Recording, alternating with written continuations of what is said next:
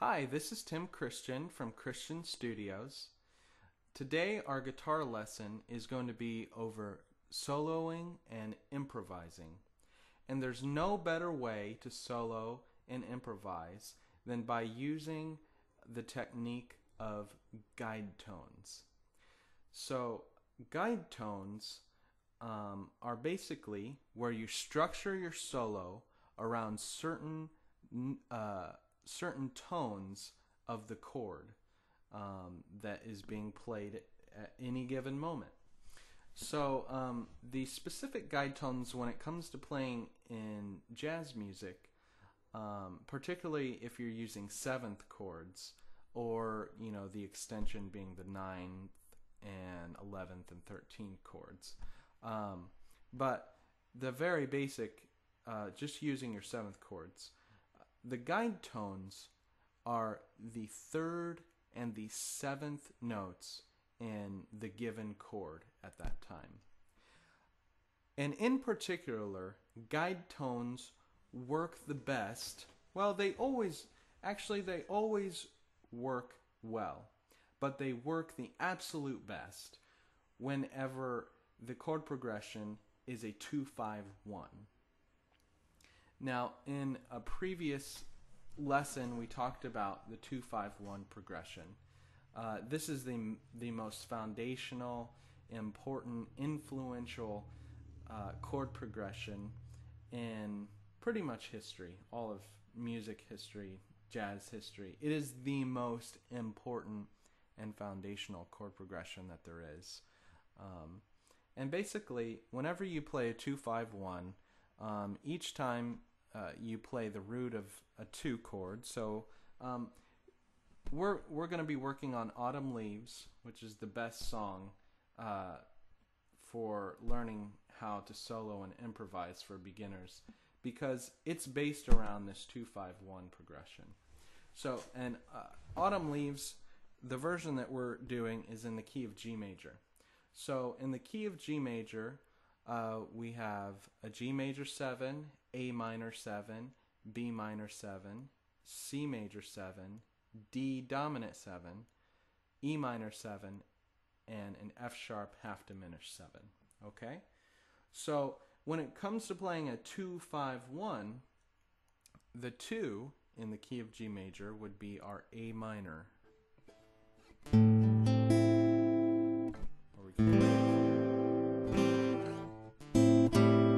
So it's an A minor.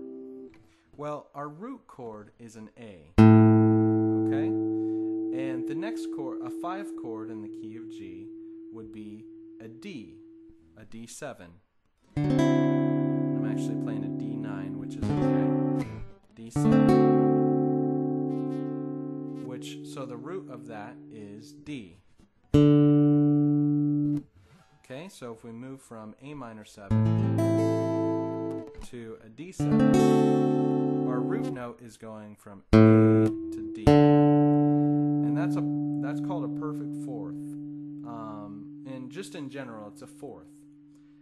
And then if we go one step further from this D7 to our 1, so we're doing the 2-5-1 progression. 2, 5. If we move to our 1 chord, which it's a G major 7. Okay, so the move also, the interval from your D to your G, that interval is also a fourth. This time it happens to be a perfect fourth. So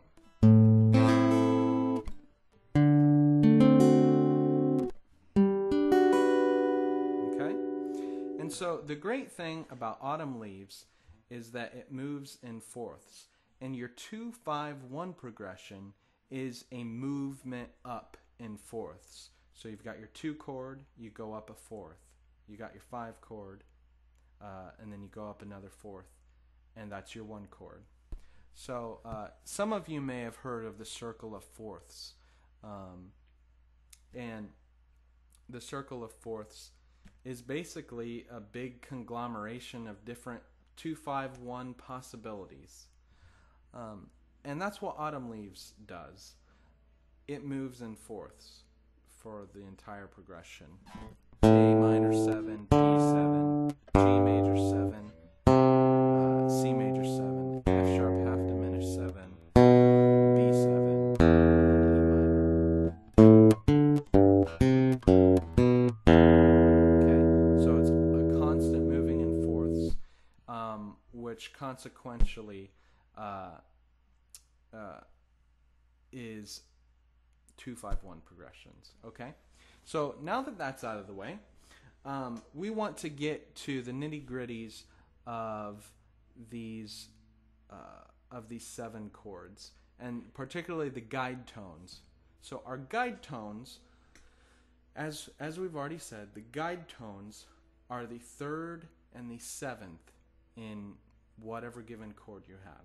So if you pull up your sheet, the very first, the top line has the chord progression, and I have all of the notes written out for what those chords are. And the second line is just telling you, for those who have a difficult time reading music, I've written out what the note names actually are. So we've got A, C, E, G for our first chord, which is our A minor. Okay, so let's just start and play that arpeggio. Our A minor arpeggio, A minor 7. So our A minor 7 arpeggio, and with all 7 arpeggios, what you're doing is you're playing 4 tones. You're playing the root, or the first note, a third, a fifth, and then your 7th. Okay, so 1, 3, 5, 7. Okay, so for our A minor 7 chord, it's A, C, E, G. Okay, A, C, E, G. So that would be A, C, E, and then G. All right? So my question to you is, what is the 3rd and the 7th of that chord? If you guessed C and G, you're right. C and G are the 3rd and 7th notes of that chord. So 1, 3, 5, 7. Your 3rd and your 7. So your 3rds and your 7s in your 7th chords are really the tones that guide and lead the entire song forward. That's why we call them guide tones. They're guiding the harmony along in your song. And to demonstrate, I'll show you using this little example. So we said that the 3rd and the 7ths are the harmonizing. They're what lead the harmony along. That leaves us with your 1st and your 5th, your root and your 5th. So if we take out the 3rd and 7th and just leave the root and 5th, what we're going to have is something that sounds very bland and boring, and with very little bit of a tonal center. So what I'm going to do is I'm going to play through the Autumn Leaves chord progression just using my root and my 5th, just so that you can hear, just with your ear, how important it is to have your 3rd and your 7th in there. Okay? Have a listen.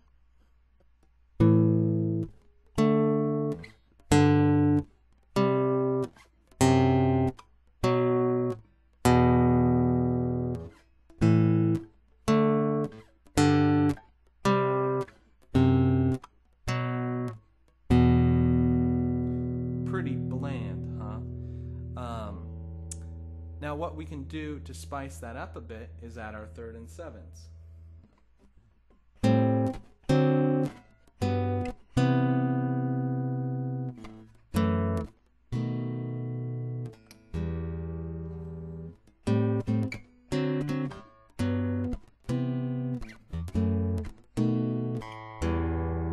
Okay, now I'll do it with the 5ths again.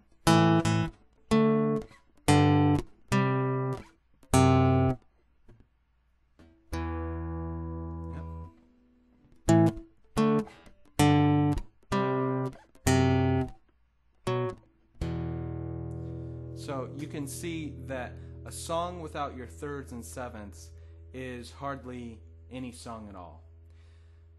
All that to say, your root and your fifth are the foundation. Your third and your seventh, that is your harmony. That is what gives spice and life to a song, your thirds and fifths. So, for us as a guitar player, us who are wanting to solo, how much more important then is structuring our solos around the most important notes. How important is that? Well, as we're going to see, it's very important. So, guide tones. So we did the A minor 7. Let's do the D7, which would be your D, F sharp, A, and C. Okay? G major 7, C major 7, F sharp half diminished, and then your B7, and then your E minor. Okay? So basically, throughout this progression, what happens is your guide tones go down in sort of a descension. It's descending. You start up here, and you slowly go down. It's a slow descent of notes. So as you can see on that top line, if we just look at, I want you to look at the G in your A minor 7 chord. Inside the notes, inside your thirds and sevens, I've written in which note is your third and which is your seven. So if we start there, and I want you to pull up the sheet and follow along. This is going to be really confusing if you just listen to this and don't look at the sheet. So pull up the sheet, and and what I want you to notice is that if we look at our first note, our first chord there, A, C, E, G, you see that in the C there's a 3. That's the third. And then up at the top on the G, there I've written 7. That's the 7th note of your chord. Okay? So keep your eye on that G, on your 7, and then move to the next chord. And what happens is that G comes down to an F sharp, okay? Which is the third note of your next chord, of your D7 chord. What happens with the C in your A minor 7 chord? It stays a C, but it then becomes what was the third note in your A minor 7 chord, then becomes the 7th note in your D7 chord. Okay? And so that goes to show that in your 2-5-1 progressions, your 7s resolve to 3s, and your 3s resolve to 7s. So let's follow this all the way through. Up at the top on your D7, you've got an F sharp, which is the third, and then move to your G major 7, and it stays F sharp, but it then becomes the 7th note of your G major 7 chord. Okay? Let's just keep going on that one. So on your D7, you've got your 7th note is your C, okay? And then when it moves to the G major 7, it comes down to a B, which is the third note of the G major 7 chord. All right? Let's move on. The 7th note of your G major, which is F sharp, comes down to an E, which is the third of your G major 7 chord. All right. Let's go down to the third. So in your G major 7 chord, you have your third, which is a B. When it moves to the C major 7 chord, it stays a B. Stays a B, but it goes from being the third of the chord to being the 7th in the chord. All right? We got just a couple more. So we're on our C major 7, move into our F sharp half diminished. So the top note the top note E is the third of the chord, and it stays in E in your F sharp half diminished 7 chord, and is the 7. So it moves from being the third to being the 7. And then if you look at your B in your C major 7 chord, the B is the 7th note of the chord, and then you can see that it resolves to the third, becomes an A, the third note. So you can follow the rest of this. There's a few more for you to look at there. So this is for your reference. This all just goes to show that your 7s resolve to your thirds in a 2-5-1 progression, and your thirds resolve to 7s. So there's this intricate intertwining of the thirds and 7s when it comes to your 2-5-1 progression. Okay, so let's move on. And I want to show you if we take, so what we just did, I want to just take one of those tones at a time and just follow them all the way through. Follow it all the way to its ultimate end. Okay, so if you look at number 1 there, it's the third line down. I've got the chord progression written over the notation there. And what you have is basically we're gonna do an example of playing on your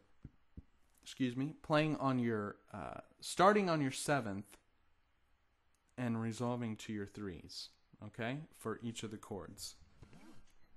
So if we play our A minor 7 chord, our 7th there would be our G. Okay?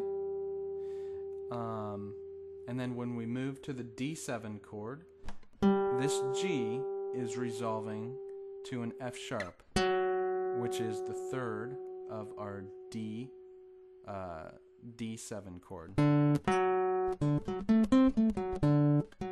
So the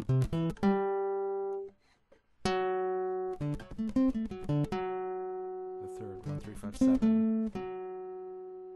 Okay. And then when it moves to the G major 7 chord, it stays at that F sharp and is the 7. Okay?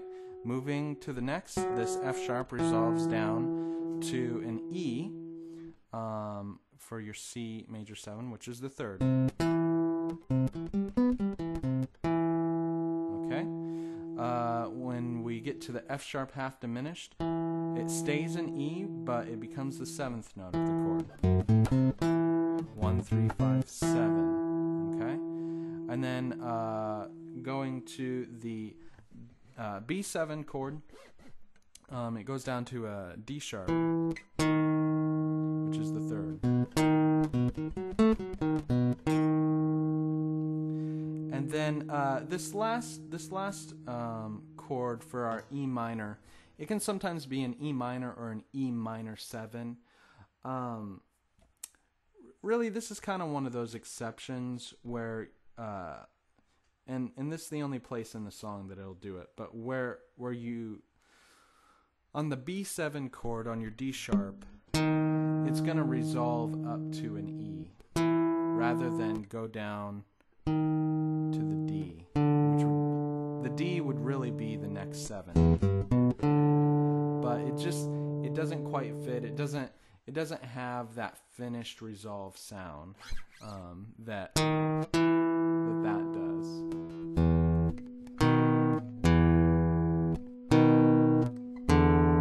Yeah, see that resolving to the D doesn't quite make it for us. So I've put the D's, I've colored those in to let you know that that's technically where it should go, but for all practical purposes, we're just going to have it resolve up to the 1 in those instances, from the B7 to your E minor chord. Okay, so just take note of that. So I want to take us through that whole thing, and we're just going to play that top note from your 7 resolving to your 3. Your 3 resolves to 7, 7 to 3, 3 to 7, 7 to 3, 3 to 1. Okay, so our A minor 7, we're going to play G, and then D7, F sharp, and then G7 would be F sharp, and then C7 would be E, F sharp half diminished would be E, and then our B7 is D sharp, and then our E minor resolves up. Okay, just like that. Let's do it again. 2, 3, 4. 2, 3, 4. 2, 3, 4. 2, 3, 4. 1, 2, 3, 4. There we go. Good, very good. So what this sounds like with the root of the chord in there, it sounds pretty cool. So I'm going to play this. This is the root following and adding the root to that line, to that guide tone line. Okay?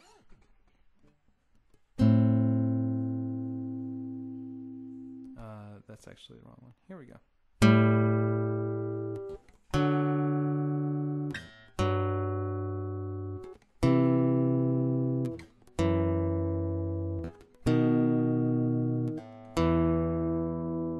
So already you can tell how much color going from your 7 to your 3rd, 3rd to 7, 7 to 3rd, how much color that gives the song, rather than playing your root and 5th.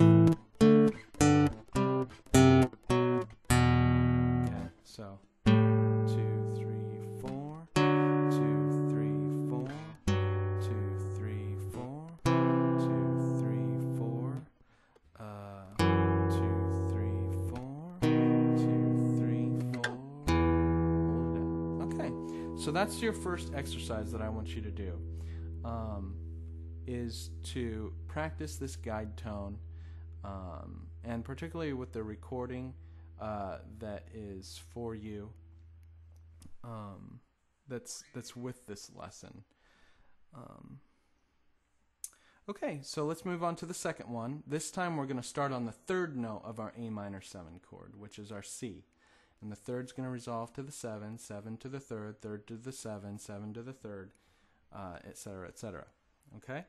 So this time we are going to be up here, play our C, which is on our G string on the 5th fret, which is usually the 2nd dot. Okay? So let's play our C. So C is the 3rd note of our A minor 7 chord. And moving to the D7, our C stays, and it becomes the 7th note. For G major 7, it resolves down to B. C major 7, it stays at B.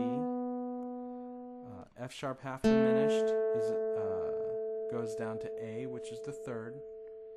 When you play B7, it's A again, which then becomes the 7th note in the B7 chord, and then resolves down to G, which is the 3rd note. Okay, so what this sounds like with the root in it sounds like this.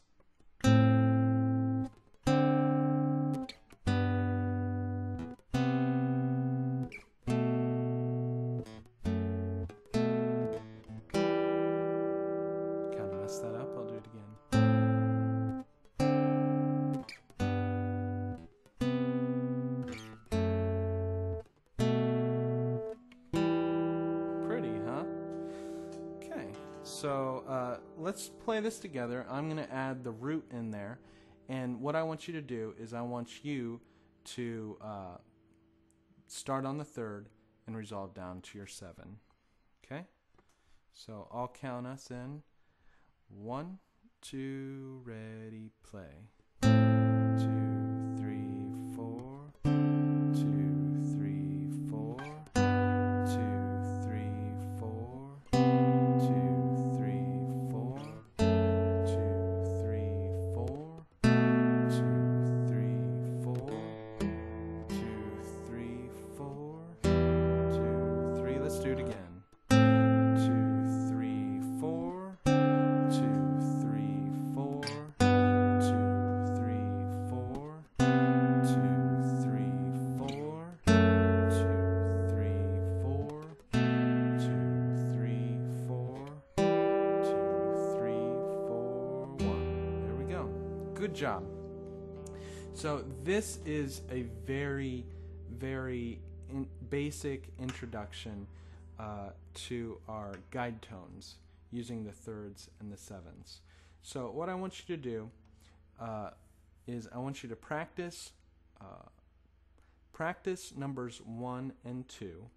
I'm going to show you after this an extra numbers 3 and 4, which is a little more advanced and pretty fun to do.